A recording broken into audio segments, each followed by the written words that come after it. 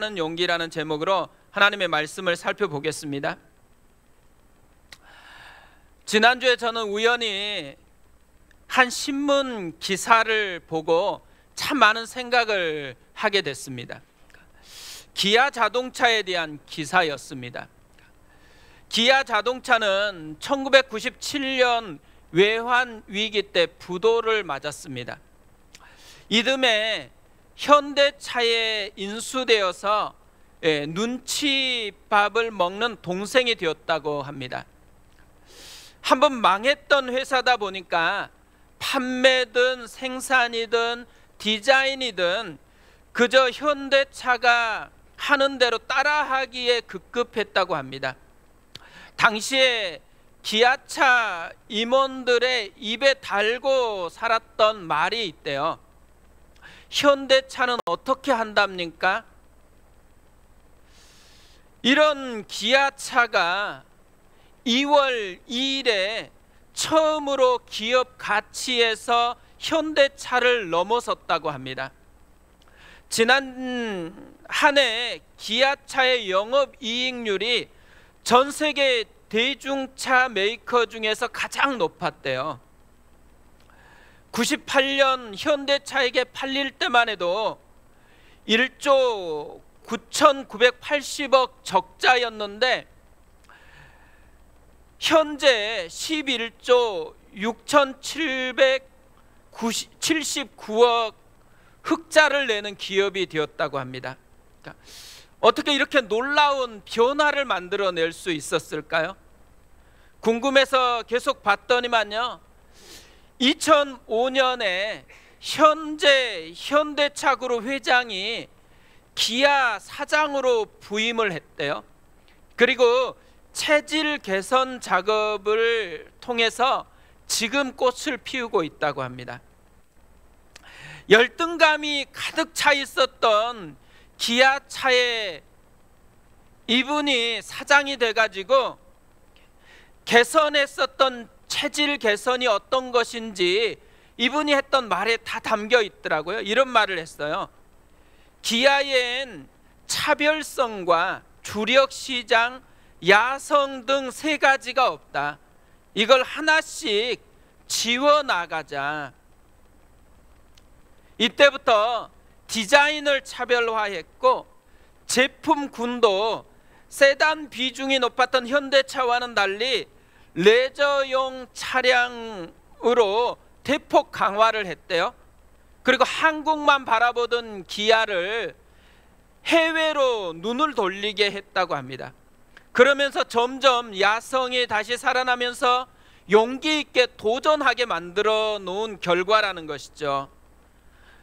결국 이 회장이 새로 부임해서 했던 일이 뭘까요? 한마디로 하면 기아 자동차에 잃어버렸던 용기를 다시 찾아준 것이라는 생각이 들었습니다. 저는 이 기사 보는데요, 내내 우리 시대의 교회의 모습이 많이 생각이 나더라고요. 또 우리 시대에 우리가 살아가는 신앙의 모습이 참 많이 생각이 났습니다. 우리의 시대의 신앙의 모습이 현재 기아 자동차와 같다 그러면 얼마나 좋을까요? 그런데 사실 우리의 시대의 신앙의 모습을 보면 어쩌면은 부도가 났던 기아 자동차의 모습이지 않을까. 아니면 2005년 기아 자동차의 모습에 가까운 것 같다라는 생각이 참 많이 들었습니다. 차별성도 없고 주력 시장도 잃어버린 것 같고 야성도 없는 채로 열등감, 때로는 무력감으로 우리가 살아가고 있는 것 아닌가라는 생각이 참 많이 들었습니다. 우리는 세상보다는 훨씬 크신 하나님을 믿고 신앙생활하는 것이잖아요. 그러면 세상과는 차이가 나야 되는데 사실 별반 차이가 안 나는 것 같습니다. 우리가 힘들어하는 대부분의 기도 내용을 보면 하나님의 임재가 없기 때문이 아닙니다. 세상에서 내가 원하는 대로 되지 못했기 때문에 힘들어하는 것이죠. 하나님은 분명히 우리에게 주력 시장을 주셨습니다. 예루살렘에서 온 유대와 사마리아와 땅끝까지 이르러서 예수님을 증거하라겠죠. 그러니까 믿지 않는 영혼들이 우리의 주력 시장인 것이죠.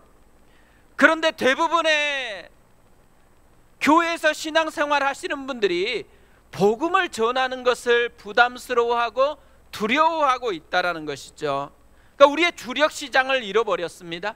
그뿐만 아니라 이제는 야성이란 단어가 아주 먼 옛날 단어 같아요. 지금 우리의 가슴이 뜨겁고 주님이 주시는 힘으로 막 뛰는 가슴으로 신앙생활하는 분들이 많지 않아진 것입니다. 근데 저도 그런 것 같다는 생각이 참 많이 들었습니다. 그러면서 한 주간 차별성, 주력시장, 야성이라는 이 세 단어를 계속해서 생각을 했습니다. 그리고 이 세 단어를 생각하면서 오늘 말씀을 묵상을 했습니다. 오늘 말씀에 나오는 스데반이라는 사람은 현재 기아 자동차와 같은 모습으로 신앙생활을 하고 있습니다. 우리와는 조금 다른 차이가 있는 것이죠. 이 스데반에게는 분명히 용기가 살아있는 그런 단어입니다. 그런데 우리에게는 어떻게 보면 이 용기라는 단어가 굉장히 멀리 느껴지는 단어인 것 같다는 생각을 많이 했습니다. 오늘 말씀에 이 초대교회에서 처음으로 순교를 당한 스데반의 모습이 나옵니다.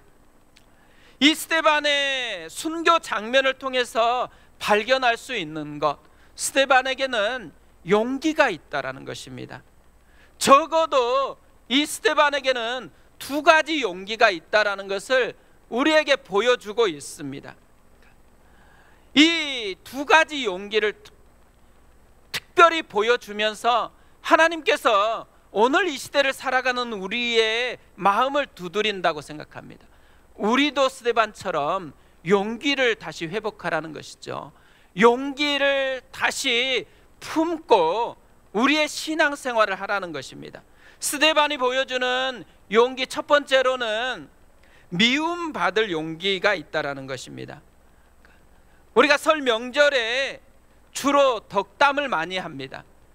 그런데 이때 절대 선을 넘으면 안 되는 금기어가 있더라고요. 베스트 3 이게 잘 나와요. 이렇게 많은 검색을 해보면 나옵니다. 취업에 대해서, 결혼에 대해서, 연봉에 대해서 물으면 안 된대요. 취업은 언제 하니 절대 물으면 안 된대요. 또 사귀는 사람이 있니? 결혼은 언제 할 거니? 절대 물으면 안 된대요. 옆집 철수는 연봉이 1억이다는데 넌 얼마를 받니? 절대로 물으면 안 된다라고 합니다. 왜 이런 말들이 금기어가 되었을까요? 이런 말들이 인정을 받게 해주고 용기를 주는 말은 아니기 때문에 그런 것이죠. 그러니까 세상에서는 인정받고 싶어하는 이 마음이 굉장히 강하잖아요. 그래서 모두가 인정받을 용기를 원한다라는 거예요. 근데 이 스데반의 설교를 들었던 사람들도 마찬가지였다라는 거죠. 자신들이 듣고 싶었던 말이 있었습니다.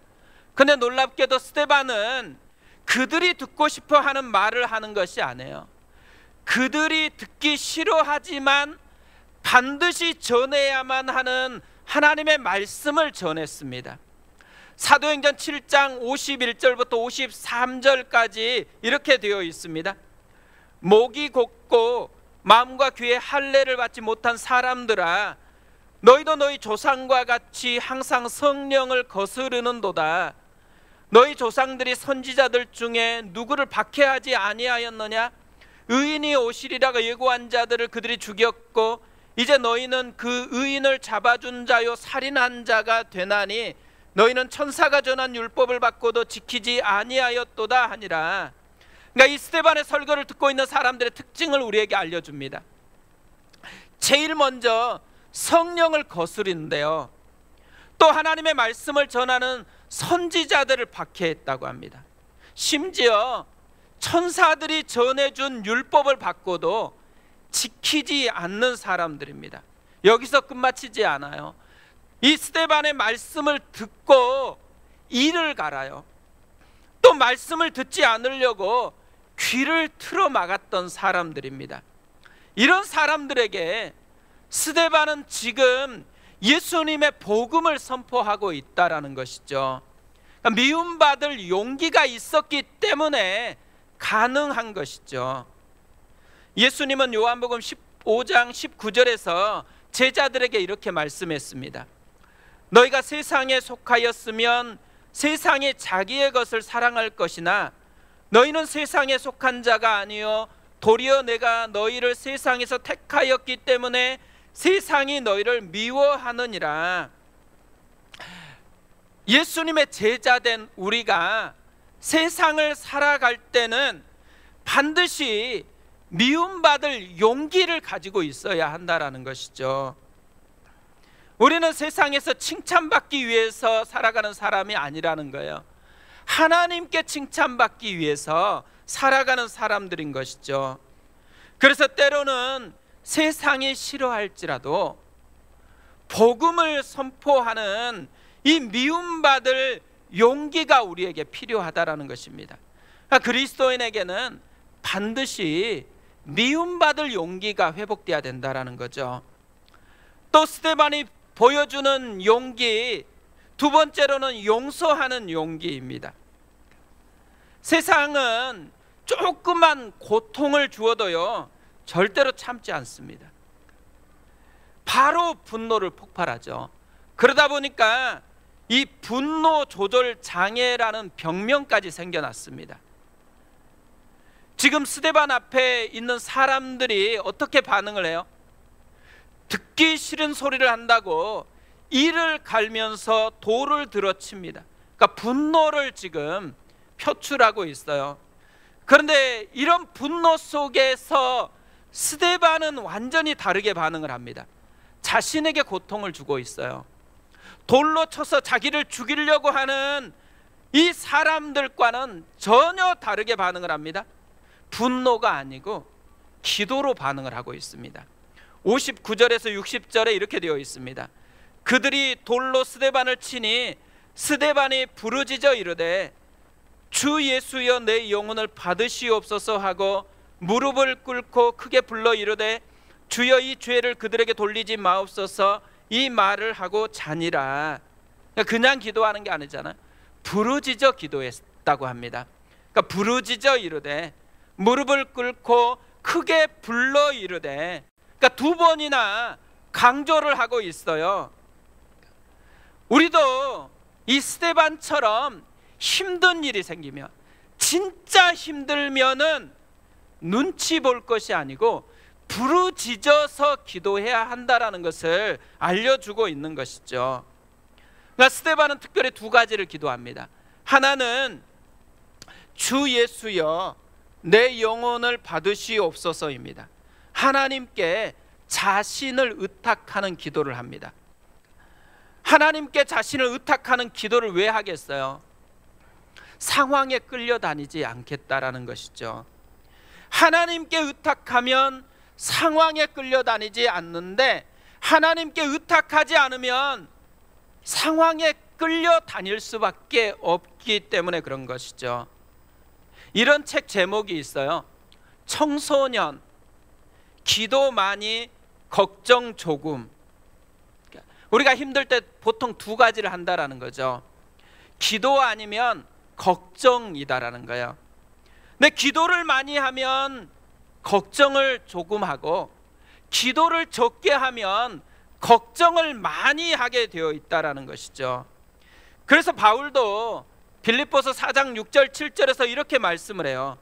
아무것도 염려하지 말고 다만 모든 일에 기도와 간구로 너희 구할 것을 감사함으로 하나님께 아뢰라. 그리하면 모든 지각에 뛰어난 하나님의 평강이 그리스도 예수 안에서 너희 마음과 생각을 지키시리라. 바울만 이렇게 표현하지 않습니다. 베드로도 베드로전서 5장 7절에서 이렇게 말씀을 해요. 너희 염려를 다 주께 맡기라. 이는 그가 너희를 돌보심이라. 염려를 다 주께 맡기라는 것은 기도하라는 것이죠. 염려 대신에 기도를 많이 하라는 것입니다. 저는 올 한 해가 염려 대신에 기도를 많이 하는 그런 한 해가 되어졌으면 좋겠습니다. 또 하나 기도하는 제목이 있어요. 주여 이 죄를 그들에게 돌리지 마옵소서입니다. 그러니까 분노가 아니고 용서하는 기도를 합니다. 저는 이런 스데반의 기도를 보면서 생각나는 분이 있었습니다. 예수님이시죠. 예수님이 십자가에서 기도했던 것과 똑같은 기도를 스데반이 지금 하고 있다라는 것이죠. 사실 분노를요 방치하게 되어지면 자신 안에 울부짖는 사자를 키우는 것과 같다라고 이야기합니다. 용서하지 않으면 분노가 자기 자신을 파괴한다는 이야기겠죠. 그러니까 스데반은 자기를 파괴하는 분노 대신에 용서하는 용기를 선택하고 있다라는 것이죠. 명절이 지나가면 우리 가운데 올라가는 그런 지수가 있어요. 행복 지수가 올라가는 것이 아니고 분노 지수가 올라간다고 합니다. 그러니까 이럴 때, 그러니까 어떻게 보면 명절에 진짜 필요한 부분이 있다면 오늘 스데반이 하는 기도와 같이 용서하는 용기라고 생각을 합니다. 우리도 마음에 사자를 키우면 안 되잖아요. 분노 대신에 용서하는 기도가 우리의 기도가 되어졌으면 좋겠습니다. D.L. 무디라는 분이요, 복음을 증거하자 한 청년이 회심을 하고 예수를 믿게 됐어요. 그리고 이 청년이 자기가 잘못했던 많은 사람들을 모아놓고 공개적으로 회개를 했대요. 그런 막 기쁨이 샘솟듯 신앙생활을 할 줄 알았는데 이 청년이 자꾸만 얼굴이 어두워진 채로 그런 표정으로 살아가더라는 것입니다. 그래서 D.L. 무디가 이 모습을 참을 수가 없어가지고 야단을 이렇게 쳤대요. 야 이놈아, 예수님이 다 잊어버렸다고 하시는데 너는 왜 자꾸만 내 죄를 기억하느냐? 예수님이 다 용서했다고 하시는데 너는 왜 용서를 받지 못했다고 하느냐? 남을 용서하는 것도 어렵잖아. 근데 진짜 어려운 용서가 뭐냐면 자기 자신을 용서하는 거라는 거예요. 자기가 잘못했기 때문에 자기 자원으로 용서를 하려고 하면 용서가 안 되는 것이죠. 용서는 자기 자원으로 할 수 없는 것입니다. 용서는 예수님의 사랑 때문에 용서하는 것이 되어야 한다는 것이죠. 오늘 우리가 살펴본 것처럼요, 스데반에게는 용서가 살아 있었습니다. 미움받을 용기가 살아 있었습니다. 미움받을 용기가 있었고 용서하는 용기도 있었습니다. 우리도 올 한 해 이런 용기가 살아 있었으면 좋겠어요. 어떻게 하면 이런 용기가 우리의 것이 되어질 수가 있을까요? 용기를 내세요. 또 힘내요. 화이팅! 이렇게 얘기하면은 용기가 생겨날까요? 오늘부터 내가 용기 있게 살아봐야 되겠다. 결심하면은 용기가 우리 가운데 솟아날까요? 제가 드림센터에서 인큐베이팅을 할 때 진짜 많은 분들이 만날 때마다 저에게 인사했었던 인사말이 있어요. 목사님 힘내세요. 목사님 화이팅. 되게 감사한 인사잖아요.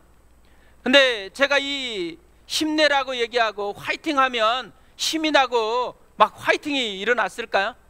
사실 그러면 좋은데 그렇지 않더라고요. 오히려 이런 말을 듣면 자꾸만 내가 요즘 힘들어 보이나? 얼굴이 어두운 건가? 이런 생각이 계속해서 드는 것입니다. 그런데요, 정말 힘이 날 때가 있더라고요. 저녁에 다 퇴근하고 홀로 남아서 정말 고요한 정막 속에 찬양을 틀어놓고 기도할 때였습니다. 그러니까 나에게서 또 상황에서 하나님께로 시선이 옮겨졌을 때, 그때 용기가 다시 살아나는 것을 느꼈습니다. 그때 알게 된 거죠. 그러니까 용기라는 것은 결심의 문제가 아니라는 것.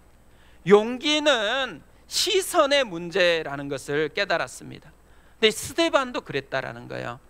스데반이 우리보다 마음이 굉장히 강하고 특별하기 때문에 이런 용기를 발휘하는 게 아니에요. 스데반도 우리와 똑같은 연약한 인간입니다. 그런데요, 스데반이 그렇게 위기의 순간에 용기를 주시는 하나님의 은혜를 보기 시작했다라는 거예요. 55절 56절이 이렇게 말씀합니다. 스데반이 성령 충만하여 하늘을 우러러 주목하여 하나님의 영광과 민 예수께서 하나님 우편에 서신 것을 보고 말하되, 보라, 하늘이 열리고 인자가 하나님 우편에 서신 것을 보노라 한데, 성령 충만해서 하늘을 보았습니다. 하나님의 영광을 보았습니다. 예수님이 하나님 우편에 서신 것을 보았습니다. 예수님이 하나님 우편에 있다라는 말은 예수님이 지금 다스리고 있다라는 거죠.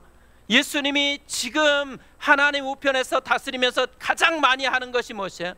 우리의 이름을 불러서 중보 기도하고 계시는 것입니다. 그런데 오늘 스데반은 앉아있는 예수 그리스도를 본 것이 아니고 서 있는 예수 그리스도를 보았다고 합니다. 어떤 분은 이것을 이렇게 표현했어요. 버선발로 뛰어나가 자기를 맞이하려는 예수님을 보았다고. 스데반이 보았던 것, 하나님의 은혜를 본 것이죠. 자기 백성을 위로하고 용기를 주시려고 하시는 하나님의 사랑을 보았다라는 것입니다. 이 스데반의 시선이 바뀐 것, 이것이 자기를 향한 분노하는 사람들에게서 자기 자신이 함몰되지 않게 했다라는 거예요.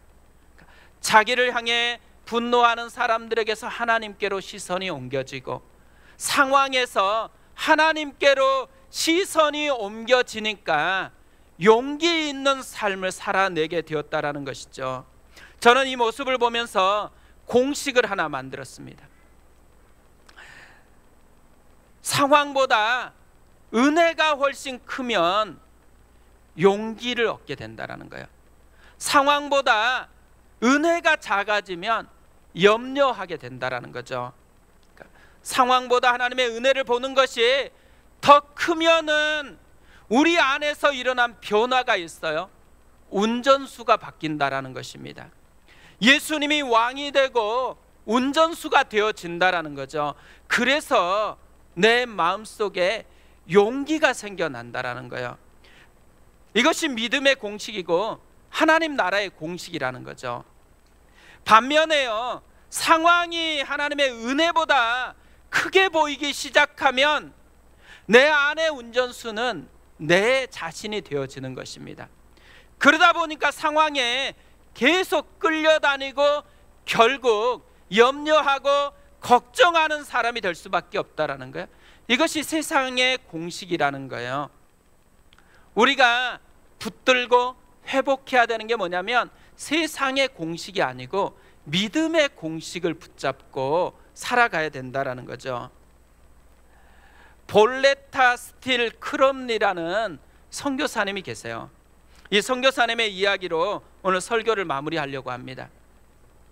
그녀는 단란한 가정을 꿈꾸었다고 합니다. 그런데 하나님을 많이 사랑했기 때문에 대만 선교사로 헌신을 했습니다. 이상하게도 이 대만 선교를 하는데 그때부터 인간으로서는 도저히 이해할 수 없는 고난이 꼬리를 물고 이어지는 것입니다. 제일 먼저 찾아온 고난은 자녀들의 죽음이었습니다. 자녀가 셋 있었는데 모두 목숨을 잃은 거예요. 첫째는 4살 때 백혈병으로, 둘째와 셋째 아들은 함께 차를 타고 가다가 교통사고로 동시에 목숨을 잃었습니다. 둘째가 18살 때, 셋째가 16살 때입니다. 이 고난이 여기서 끝나는 것은 아니었습니다. 목회자이면서 선교사였던 남편이 림프암으로 세상을 떠났습니다. 홀로 선교지에 남게 되어진 것이죠. 우리 같으면 이 정도면은 내가 선교사로 헌신했는데 왜 하나님께서 나에게 이렇게까지 하시는지 아마 원망하고 따졌을 것 같아요. 근데 선교사님은 하나님을 원망하지 않고 우직하게 이 선교를 계속해서 헌신하면서 나아갔대요. 그러다가 57세가 되었습니다. 그런데 이 57세 되었을 때 한 대만 남자에게 성폭행을 당하게 되어집니다. 얼마나 상처가 컸겠어요. 근데 이때부터 글을 쓰기 시작했대요. 사람들이 무슨 글을 쓰냐라고 묻자 선교사님이 이렇게 대답을 했습니다. 고난 중에 하나님께 받았던 메시지 가운데 증거할 것이 있기 때문에 글을 쓰고 있습니다. 그 내용은 하나님의 위로입니다. 고난의 순간마다 하나님이 주셨던 위로의 크기가 고난의 크기보다는 훨씬 더 컸기 때문에 하나님의 위로를 글로 쓰고 있다라는 것이죠. 이 선교사님은 자신이 이 고통의 순간에 경험했었던 하나님의 위로에 대해서 이렇게 기록을 했습니다. 나는 하나님의 말씀에서 위로의 힘을 체험했습니다. 죽어가는 아들을 품에 안고 몸부림치던 밤에도 하나님의 말씀은 능력을 갖고 내게 찾아오셨습니다. 남편이 숨 한 번 들이마시기 위해 죽을 힘을 쓰던 그 밤에도 하나님은 내게 찾아와 말씀해 주셨습니다. 그리고 그분의 말씀이 내 비통함을 치유해 주시는 것을 볼 수 있었습니다. 환난을 당하고 나니 평소에 건강할 때 상투적인 말씀으로 들리던 성경 말씀이 한 구절도 거짓이 아니고 진리였습니다. 하나님은 환난당한 나에게 말씀으로 응답하셨습니다. 남편과 자녀를 데려가시고 다시 돌려주시지는 않았지만 말씀을 통해서 놀라운 은혜를 주셨습니다. 그러면서 이 선교사님이 가장 좋아했던 찬송이 찬송가 310장이었다고 합니다. 하나님의 은혜로 이 쓸데없는 자 왜 구속하여 주는지 난 알 수 없도다. 왜? 사실 많은 분들은 이 왜라는 또 why라는 이 말을 언제 써요? 항의할 때 많이 씁니다. 하나님 왜 나에게 이렇게 응답을 하세요? 왜 나만 이런 항의를 할 때 쓰는 말이잖아요. 그런데 이 찬송 가사는 항의하는 게 아니에요. 왜 구속하여 주는지. 이 찬양은 이렇게 이어집니다. 내가 믿고 또 의지함은 내 모든 형편 아시는 주님 늘 보호해 주실 것을 나는 확실히 아네. 시선이 바뀌어진 거죠. 하나님의 은혜에 시선이 바뀌어지는 순간 다시 고통을 뛰어넘을 수 있는 용기가 생겨났다라는 것을 우리에게 보여주고 있는 것이죠. 하나님은 우리가 세상의 공식이 아니고 믿음의 공식으로 살아가기를 원합니다. 그러기 위해서 우리에게 주님이 은혜를 보여주신 것이죠. 친히 인간이 되시고 친히 십자가에 죽으시고 부활하시고 또 승천하셔서 지금 우리 안에 거하시고 지금도 하나님의 보좌 위에서 중보 기도하시면서 우리에게 하나님의 사랑이 얼마나 큰지를 계속해서 보여주고 있는 것이죠. 올 한 해가 이 하나님의 은혜의 시선이 고정되어지는 한 해 되었으면 좋겠습니다. 그래서 다시 용기를 회복하고 그 용기로 살아가는 한 해가 되었으면 좋겠습니다.